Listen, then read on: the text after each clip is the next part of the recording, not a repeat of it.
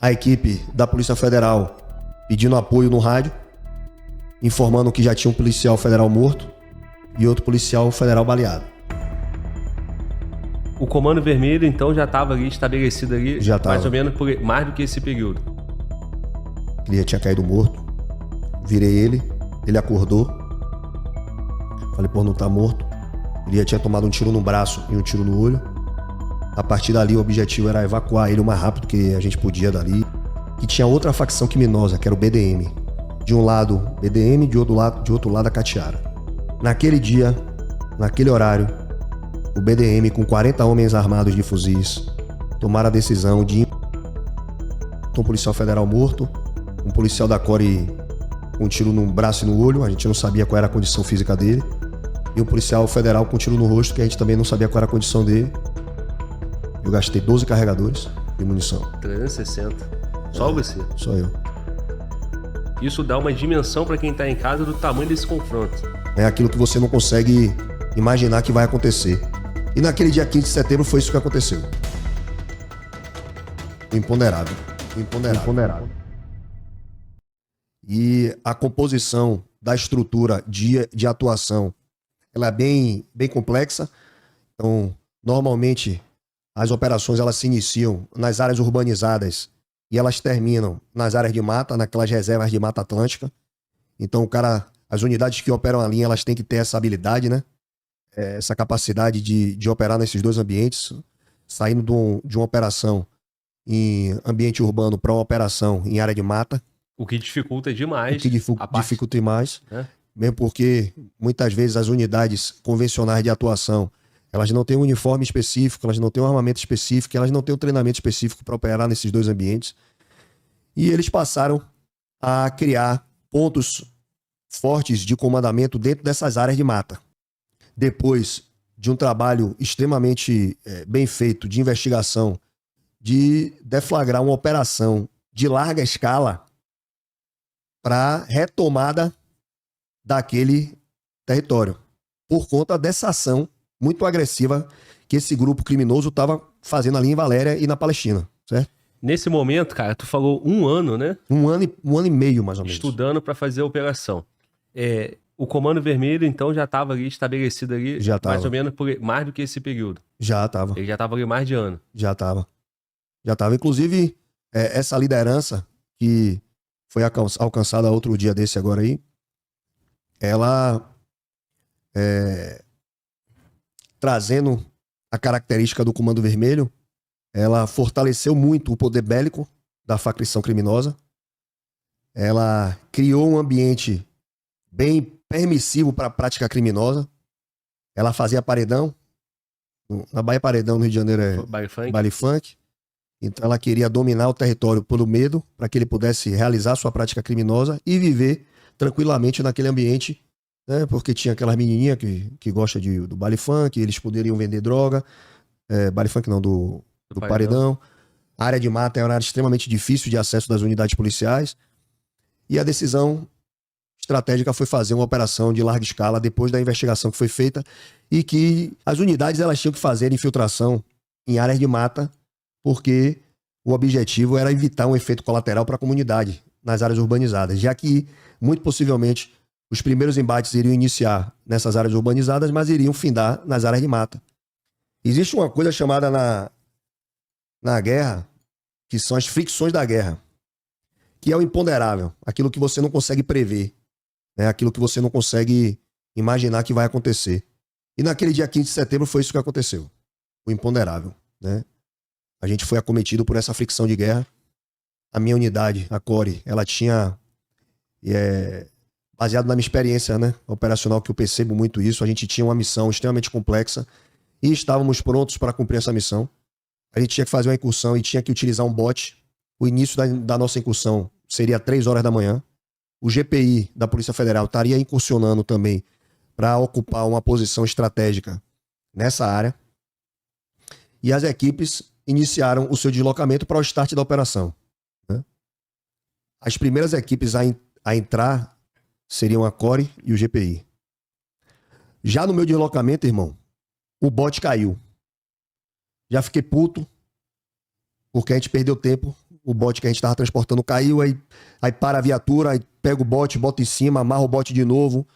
A gente perdeu em torno de 15 minutos e talvez tenha sido Deus que tenha feito com que aquele bote tivesse caído, porque Deus ele é infalível naquilo que ele faz. Se a gente tivesse chegado 3 horas da manhã, a gente teria feito a travessia com o bote e a gente já estaria na área de mata do outro lado.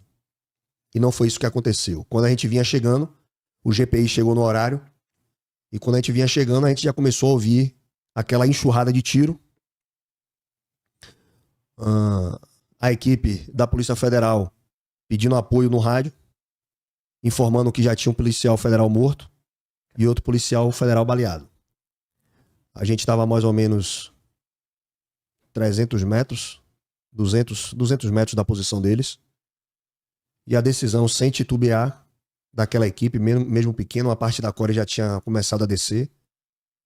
Eu estava ainda na parte de cima. A gente juntou a equipe e aí a gente fez o deslocamento.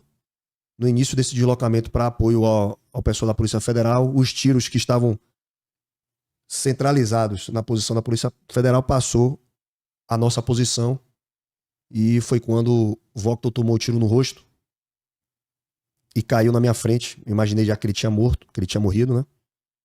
Ele já tinha caído morto. Virei ele acordou. Falei, pô, não tá morto. Ele já tinha tomado um tiro no braço e um tiro no olho. A partir dali, o objetivo era evacuar ele o mais rápido que a gente podia dali, e foi feita essa evacuação. E a gente chegou até a posição do GPI, sob muito tiro. Quando a gente chegou na posição dos irmãos da Polícia Federal, que seguraram bravamente até a nossa chegada, os policiais já estavam sem munição. Os marginais, ao perceber que o poder de fogo já tinha diminuído, eles começaram a avançar. O que é que aconteceu, Glauber? Você tinha uma área do Lavrador, que era a área que a gente ia atuar. Você tinha uma pista no meio, que era a pista do Derba. E você tinha outra área de mata do lado, que era a área vinda de Piripiri, de Paripe. Que tinha outra facção criminosa, que era o BDM. De um lado, BDM, de outro lado, a Catiara. Naquele dia, naquele horário, o BDM, com 40 homens armados de fuzis, tomaram a decisão de invadir o Lavrador para retomar aquele território. E nesse momento dessa incursão, se bateu com os policiais federais que estavam fazendo uma incursão para a gente deflagrar a nossa operação. Irmão, então tinham 2 planos. Um da polícia e um do BDM. Um do BDM. Ambos para operar na área do Comando Vermelho. Exatamente. Assim, desculpa a comparação, eu falei dessa forma, né? Ambos para operar. Pô, o BDM planejou uma retomada do território do Comando Vermelho e no mesmo dia tinha uma operação policial. Aquela fração do GPI ficou encurralada entre as duas facções. Os dois ambientes.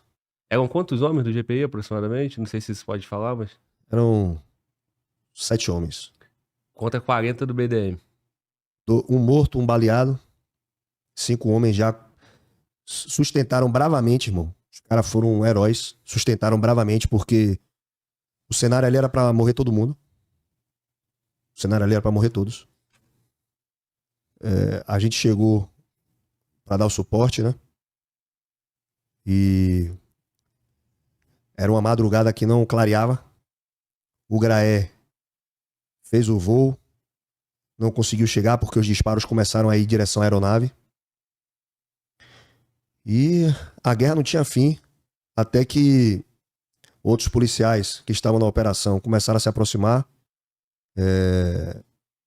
O pessoal do DEIC, da Polícia Civil, junto com o pessoal do BOP, conseguiu pegar um caminhão com aquele container grande e atravessar na via para facilitar a nossa saída dessa área para evacuar para um local mais seguro. Até aí a gente teve que evacuar Lucas Caribé, carregar Lucas, botar na viatura, numa viatura semi-blindada.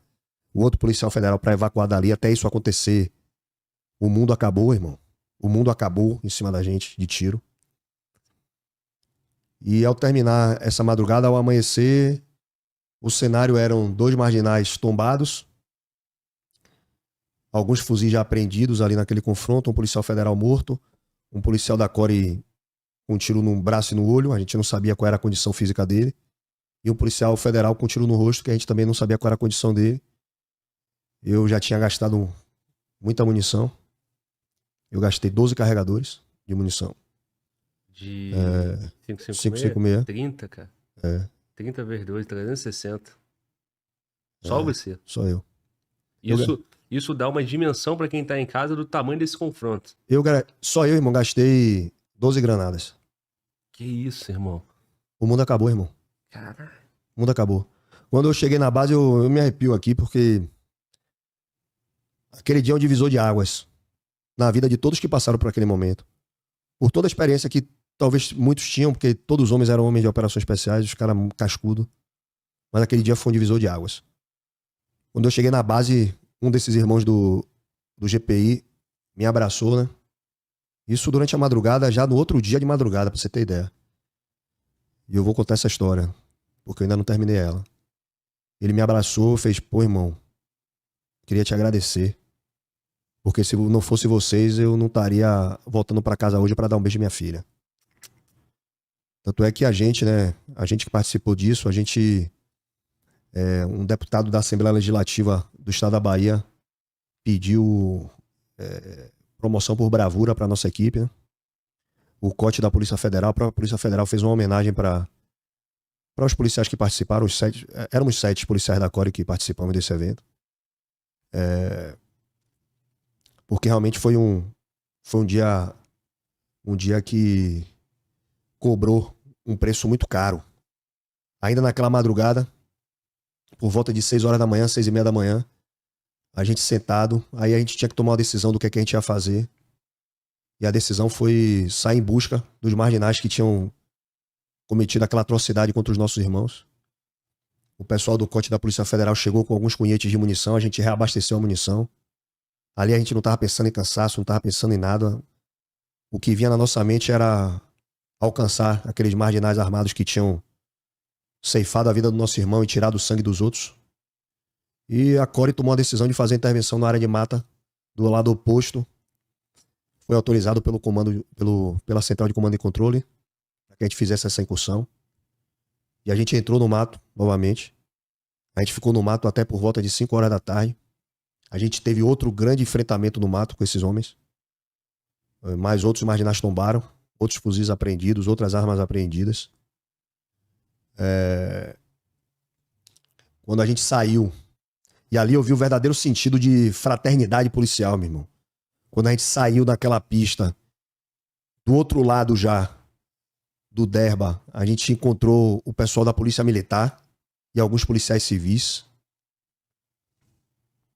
Você via no semblante dos caras, primeiro a consternação, né? A tristeza pela morte do irmão, pelos outros irmãos que foram feridos, mas aquele senso de fraternidade, os caras dando água pra gente, velho.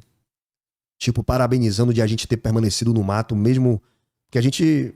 Se a operação ela começou 3 horas da manhã, você imagina que a gente começou a preparação disso 10 horas da noite, pô. Sim. E a gente tava 5 horas da tarde do outro dia ainda no mato. A gente não comeu porra nenhuma, a gente bebeu a água que tinha e chegou um momento que já não tinha mais água. Mas o ímpeto pelo cumprimento do dever, essa intrepidez que é inerente, né, de quem de fato é vocacionado, fez com que a gente continuasse enfrentando todas as intempéries e a gente chegou do outro lado e os policiais recepcionaram a gente com água, velho, com garrafa de água e, ô irmão, a gente tá junto. E eu vi o quanto a polícia ela é fraternalmente unida, principalmente nos momentos de caos. A gente voltou para a base ainda durante a madrugada e com esse saldo, independente de quantos marginais foram alcançados, o saldo não era bom pra gente, porque a gente tinha um irmão morto. Se tivesse sido preso 1 milhão deles, ou se tivesse sido morto 1 milhão deles, não cobriria a vida do nosso irmão, né? Que se foi. O olho do outro irmão que ficou cego. E eu voltei pra casa de madrugada. Aí tive a oportunidade de olhar meus filhos e fazer as reflexões o quanto o inimigo é cruel, ele existe, não tem piedade, o quanto a sociedade precisa desses homens. E muito possivelmente, durante aquela madrugada, a grande maioria das pessoas estava dormindo no conforto da sua cama, no seu ar-condicionado, com sua coxa quentinha.